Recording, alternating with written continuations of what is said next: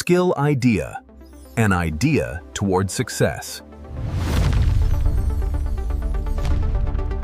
तो झरन होता था, तालाबों का पानी मिलता है। आपको पहले ध्यान समझना है कि हैंडपंप देखे हैं, उसको बोलते हैं नलकूप। क्या बोलते हैं? नलकूप बोलते हैं।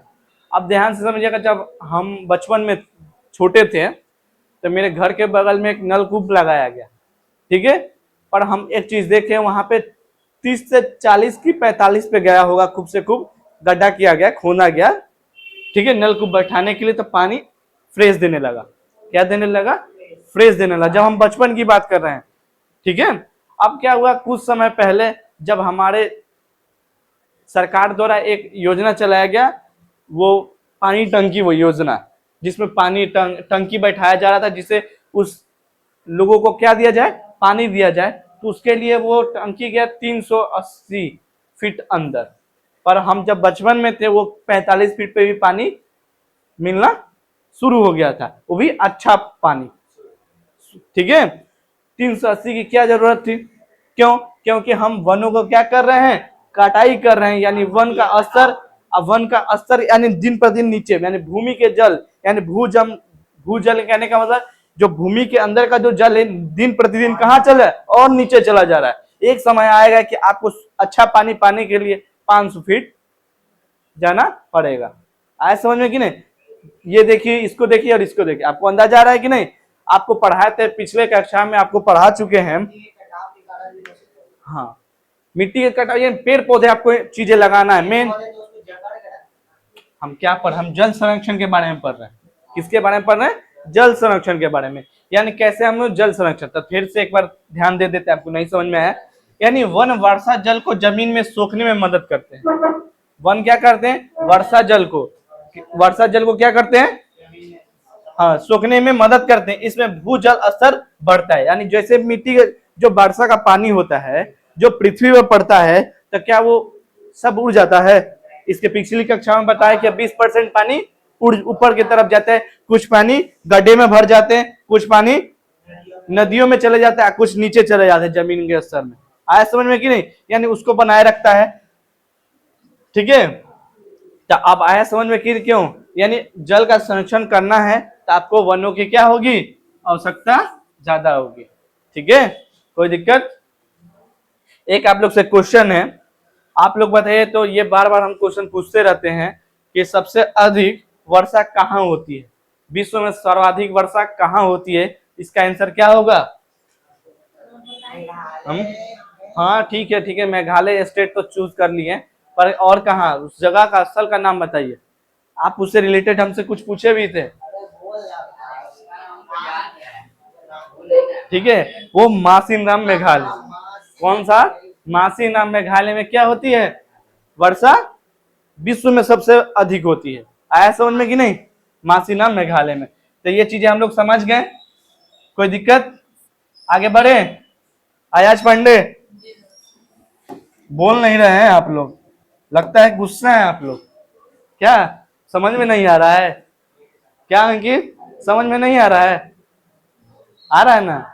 आप ध्यान सुनिए, हम वनों का महत्व पढ़ना चाह रहे हैं। वनों का महत्व समझते हैं किसमें? जैव विविधता के आधार पर। किसके आधार पर? जैव विविधता का। वह अनेक प्रकार के जीव जंतु और पौधे का प्राकृतिक आवास है।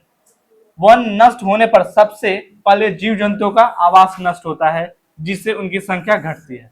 अब ध्यान समझिएगा, अब कहने का मतलब क्या हुआ कि वो अनेक प्रकार के जीव जंतु, हमारे पृथ्वी पर अनेकों प्रकार के क्या पाए जाते हैं? जीव जंतु, ठीक है। पौधे का प्राकृतिक आवास है। पौधे का क्या है? प्राकृतिक आवास में वो नष्ट होने पर, अगर वो नष्ट होते हैं, यानी वन नष्ट हो रहे हैं अगर, तो क्या होते हैं? पहले जीव जंतुओं का आवास नष्ट होता है। अब मान से ध्यान से समझिएगा, जिससे उनकी संख्या घटती है।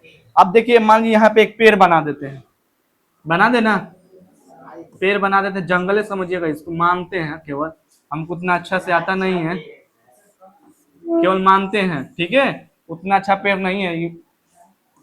आप बोलिए सर एक ही पेड़ आपको बनाने आता है, ऐसा भी नहीं है। आप केवल बोलिए ये आम का पेड़ है, मान लीजिए, हाँ ठीक है। अब ध्यान समझिएगा, यानी ये जंगल है मान लेते हैं, ठीक है। अब ये जंगल में क्या हुआ, बहुत सारे जीव जंतु रह रहे हैं, शेर, भालू, हाथी, क्या आज नहीं रह रहे हैं, और भी जीव जंतु हो सकते हैं, कीड़े मकोड़े, ये सभी जीव जंतु हैं कि नहीं है, तो ये रह रहे हैं। अगर हम गए इस पेड़ पौधे को काट दिए, नष्ट कर दिए, इसको नष्ट कर दिए, इसको भी नष्ट कर दिए, यानी जंगलों को साफ कर दिए, जंगल को क्या कर दिए, साफ कर दिए, तो बताइए तो इसमें के जीव जंतु कहाँ जाएंगे, इनकी संख्या मरेंगे। अब मान लीजिए जीव जंतु में, हाँ अब ध्यान से जीव जीव अब अभी आगे बताते हैं, आगे थोड़ा सा समझने की बात है। पेड़ पौधे को काट दिए, केवल यहाँ पे मनुष्य थोड़ी ना रहते हैं, मनुष्य रहते हैं, उस मनुष्य रहते हैं इसमें नहीं ना, बोल सकते आदिवासी लोग रहते हैं, वो अलग बात है।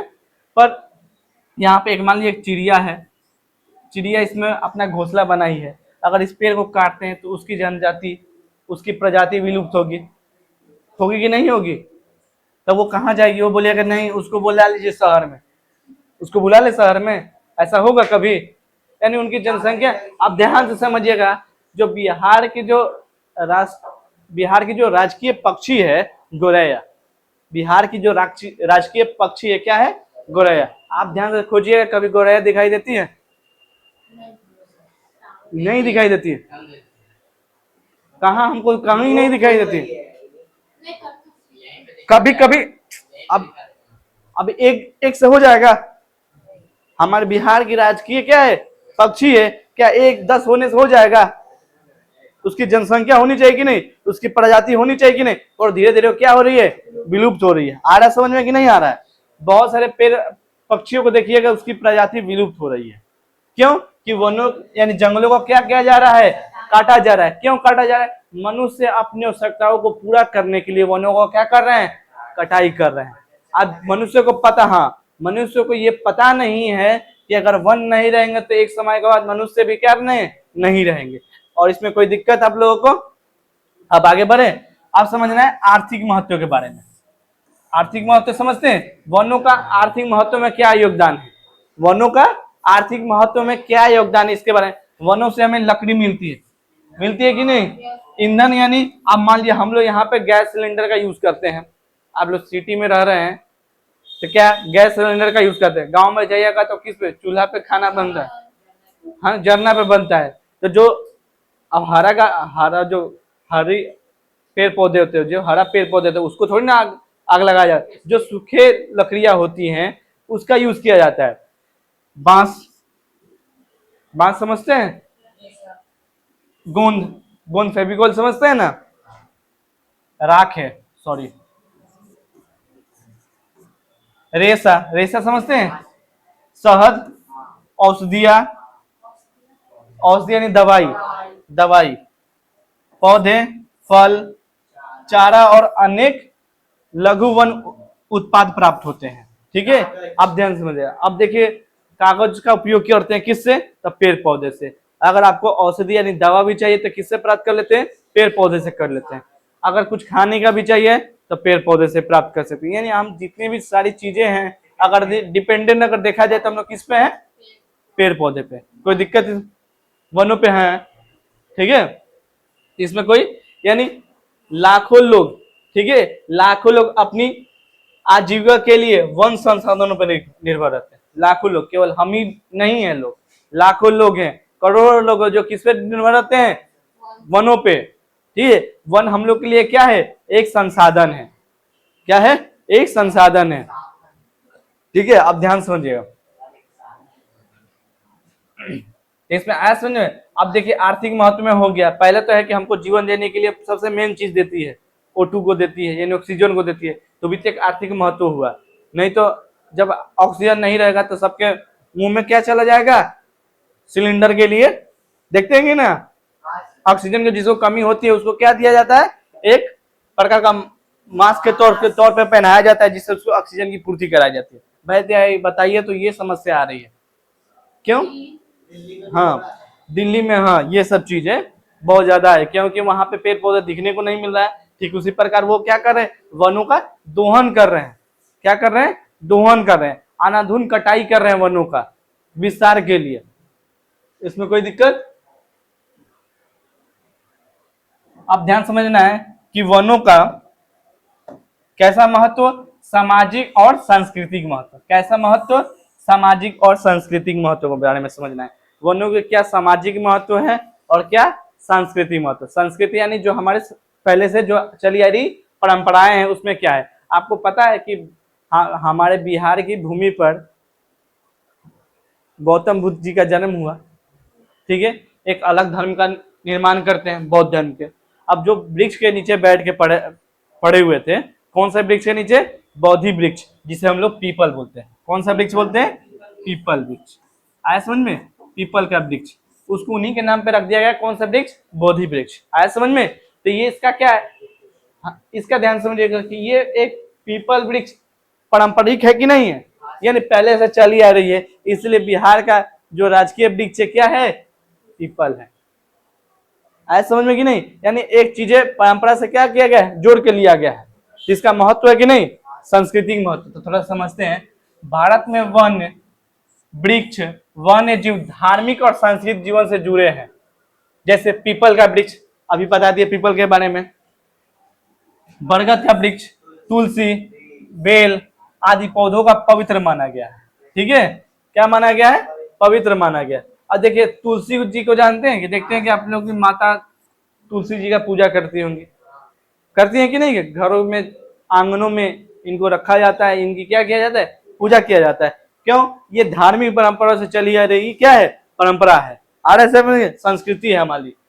और जैन बौद्ध परंपरा में अहिंसा और जीव संरक्षण के महत्व दिया गया है। अब देखिए बौद्ध धर्म में कहा गया है कि किसी भी चीजों की, किसी भी जीव जंतुओं की हत्या नहीं करना है। हाँ, ठीक है। जैन धर्म तो उससे भी खतरनाक, जैन धर्म में उससे भी खतरनाक है। अगर आप चल रहे हैं तो आप ध्यान समझते हैं, अगर जैन धर्म उससे भी खतरनाक धर्म है। अगर आप चल रहे हैं तो आपके पैर के नीचे एक भी कीड़े मकोड़े नहीं मरना चाहिए। समझ रहे कि नहीं? पर ऐसा नहीं है, चल रहे हैं, ठीक है। अपनी अपनी मान्यता है, अपनी अपनी सोच है लोगों की। अब ध्यान सुनिए, आगे हम लोग क्या पढ़ना है? वन्य प्राणी एवं संसाधन का अर्थ। वन्य प्राणी एवं संसाधन का क्या क्या अर्थ हो सकते हैं? प्राकृतिक वातावरण में रहने वाले जीव जंतुओं को वन्य प्राणी कहा गया। प्राकृतिक वातावरण में रहने वाले किसको?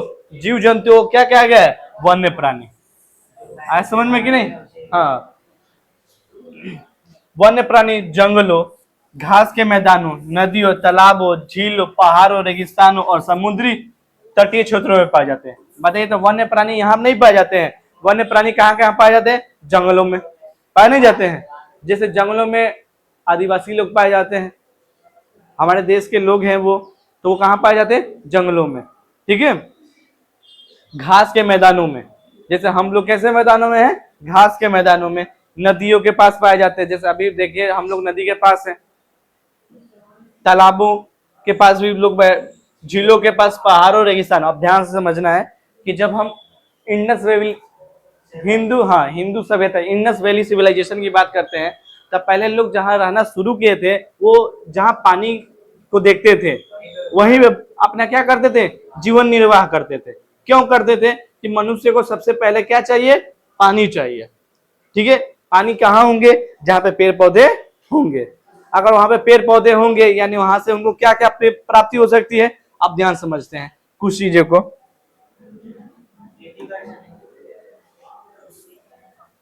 ध्यान समझिएगा कि अभी क्या बताया हम आप लोग को कि जब इंडस वैली सिविलाइजेशन के बारे में आप जब हिस्ट्री में पढ़ेंगे तो उसमें जानना है आप लोग कि जितने भी लोग थे, जितने भी मनुष्य थे, ठीक है, वो कहाँ निवास करते थे? तो पानी के अस्तर के वाले क्षेत्र में। कहाँ निवास करते थे?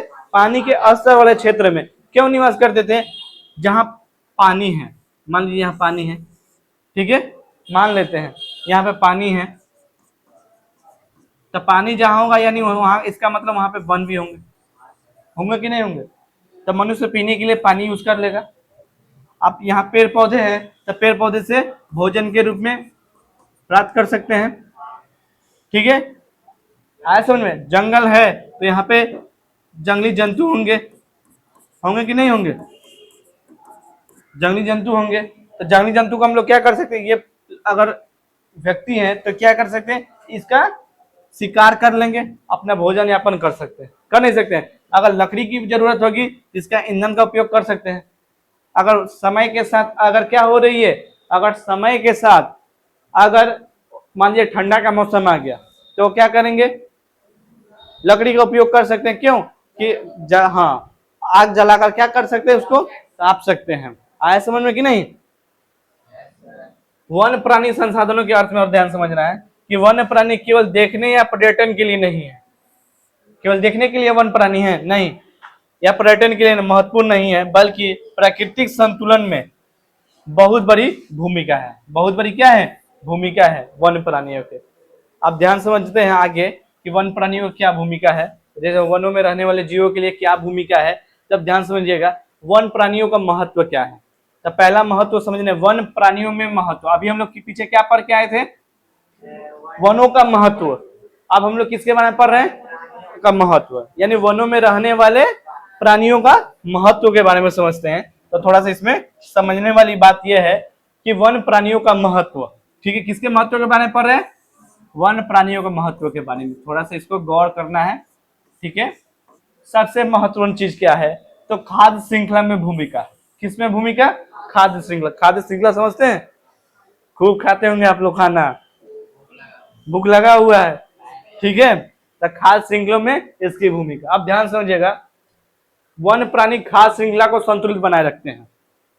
किसको संतुलित बनाए रखते हैं, तो खाद्य श्रृंखला को। अब देखिए, घास को कौन खाता है, हिरण। हिरण को कौन खाता है, बाघ खाता है। ऐसा नहीं, बाघ जब मरता है, बाघ जब मर जाता है उसको कौन, चील कौवे नहीं खाए जाते, चील नहीं खाए जाते उनको। अब ध्यान सुनिएगा, मान लीजिए यहाँ पे एक और देखना है, घास, ठीक है। घास को मान लीजिए, घास को बकरी खा रही है। क्या खा रही है, बकरी खा रही है। तब बकरी को हम लोग नहीं खा जाते हैं, हैं? मनुष्य खा नहीं जाता है। तो क्या ये पर्यावरण में क्या इसका संतुलन बनाए रखता है कि नहीं। यानी मान लीजिए किसी भी जनजाति अगर अधिक बढ़ जाती है तो दिक्कत है कि नहीं। किसी भी चीजों की जनजाति अगर सबसे अधिक बढ़ जाती है तब भी दिक्कत है। अब मान लीजिए कि बकरी की जनजाति बढ़ जाएगी तो पूरे चारों तरफ क्या दिखाई देंगे, बकरी ही बकरी, है कि नहीं। तो बकरी को कौन खा रहा है, मनुष्य। तो ये एस्टेब्लिश हो जाएगी कि नहीं होगी, मनुष्य यानी मानव खा रहा है। तो ये क्या दिखा रहा है कि खाद्य श्रृंखला में इनकी भूमिका क्या है। आया समझ में कि नहीं, यानी एक संतुलन बनाए रखती है। आया समझ में कि नहीं। पानी आ रहा है। और आगे बढ़ते हैं। यदि घास नष्ट होंगी, ध्यान समझना है, तो हिरण कम होंगे। अगर घास नष्ट होगी तो क्या कम होंगे, हिरण कम होंगे। हिरण कम होंगे तो बाघ भी संकट में आ जाएंगे। आया समझ में कि नहीं आएगा। जैसे घास नष्ट होंगे तो किसमें कमी आ जाएगी, हिरण। हिरण को कौन खाता है, बाघ। तो हिरण में भी कमी आ जाएगी, वो भी तो भूखे मर रहे होंगे, कुछ कहाँ खा लेगा। तब ऐसा थोड़ी ना कि एक फॉर एग्जाम्पल समझाया जा रहा है। मान लीजिए कि यही बस था, मान लो तो यही है। हाँ, आगे समझते हैं। तो बाघ भी संकट में आ जाएगा कि नहीं आ जाएगा। अब आप लोग के लिए एक इंपॉर्टेंट क्वेश्चन है, इसका आंसर आप लोग देना है आप लोग को। बिहार में एक बाघ क्या है, बाघ संरक्षण केंद्र है, ठीक है। वो किस जिले में है, ठीक है। हाँ, टाइगर रिजर्व यानी कहाँ है, बिहार में टाइगर रिजर्व एकमात्र टाइगर रिजर्व है, ठीक है। वो किस जिले में है, किस जिले में है, नहीं, वो है पश्चिमी चंपारण में। कहाँ है, पश्चिमी चंपारण में। कहाँ है, बिहार में एकमात्र टाइगर रिजर्व किस जिले में है, पश्चिमी चंपारण में। आया समझ में कि नहीं। तो क्वेश्चन आपसे पूछा जा सकता है कि बिहार में एकमात्र टाइगर रिजर्व कहाँ है, पश्चिमी चंपारण में। अब ध्यान से समझते हैं। इसी तरह यदि बाघ ना रहेंगे तो हिरण की संख्या बहुत बढ़ जा सकती है कि नहीं। अगर बाघ ही नहीं, अब मान लीजिए कि बाई द वे यहाँ पे समझना है, हिरण की अगर बाघ नहीं रहते, मान लेते कि बाघ नहीं रहते, ठीक है, तो हिरन की मात्रा क्या होती, बहुत अधिक बढ़ जाती है और वे वनस्पतियों को अत्यधिक नष्ट कर देते हैं। ये क्या करते हैं, वनस्पतियों का क्या करते हैं, अत्यधिक नष्ट करते हैं।